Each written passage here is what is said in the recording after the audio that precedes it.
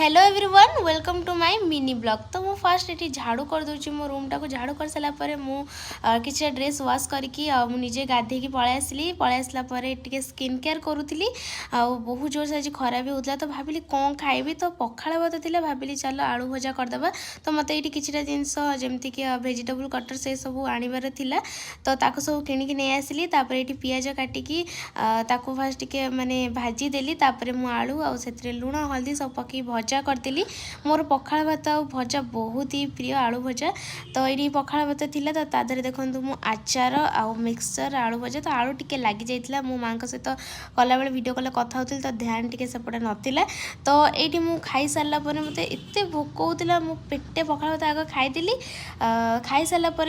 मोर skin care जिनस को सब भलसे रखुली table उपर कहीं